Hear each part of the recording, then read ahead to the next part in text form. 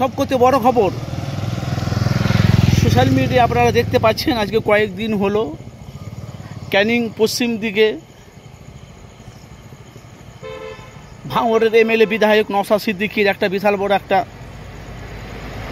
প্রতিবাদ সভা ছিল। সোশ্যাল মিডিয়া আমরা বারবার দেখতে পাচ্ছি ভিডিওটি, যেভাবে সেখানে নওশাদ সিদ্দিকী বক্তব্য রাখবে, দেখলাম কিছু বিরোধী দল ওই মানে নওশাদ সিদ্দিকী যেখানে সভাটা করবে সেই স্টেটটা কিন্তু ভেঙে দিল, ওখানে স্টেট ওখানে বক্তব্য সভা করতে দেবে না নওশাদ সিদ্দিকীকে। সে দেখতে পাচ্ছি আইনজীবীরা, অথচ তারা ওখানকার মানুষেরা তারা বলছে এরা মানে নওশাদকে এরা ভয় পেয়ে গেছে। কেন নওশাদ সিদ্দিকী যেভাবে প্রতিবাদ সভা করছে, যেভাবে লোককে মিছিল করছে, বিরোধী দল শাসক এমনি বিরোধী দল ভয়ে কাঁপছে। তো নওশাদ সিদ্দিকী প্রতিবাদ সভা করবে, যেহেতু সামনে 2026-এ বিধানসভা ভোট আছে।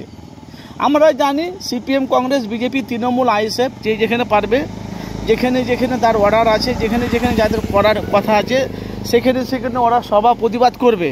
কিন্তু সেইখানে তার সাথে সাথে নওশাদ সিদ্দিকী যেখানে ক্যানিং পূর্বে পশ্চিম কি জায়গাটার নাম, ওইখানে মানে নওশাদ সিদ্দিকী একটা সভা ছিল, সেই সভাটাকে কিন্তু করতে দেয়নি, পুরো স্টেটটাকে পুরো ভেঙে দিয়েছে।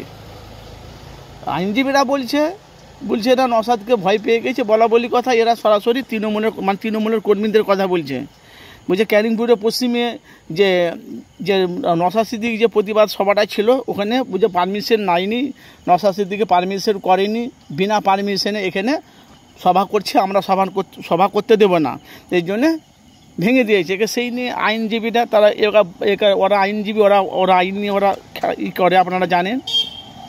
সেই নিয়ে আইনজীবীরা বলছে কিছু না, বিরোধী দল নওশাদকে ভয় পাচ্ছে আগামী দিনে 2026-এর আগে, এই জন্য নওশাদকে দেখে এরা নওশাদকে ওখানে সভা করতে দেবে না। যেহেতু নওশাদ সিদ্দিকী যেখানে সভা করছে সেখানে উপচে পড়া মানুষের ভিড়, বিরোধী দল ভয়ে কাঁপছে।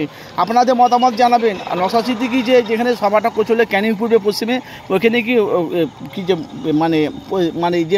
মানে যে প্যান্ডেলটা করেছিল, যে প্যান্ডেলটা করতে দেয়নি, ভেঙে দিয়েছে, ওখানে নওশাদকে সভা করতে দেয়নি। আপনাদের মূল্যবান মতামত জানাবে, কাজটা কি ভালো করেছে না খারাপ করেছে, আপনারা অবশ্যই মতামত জানাবেন।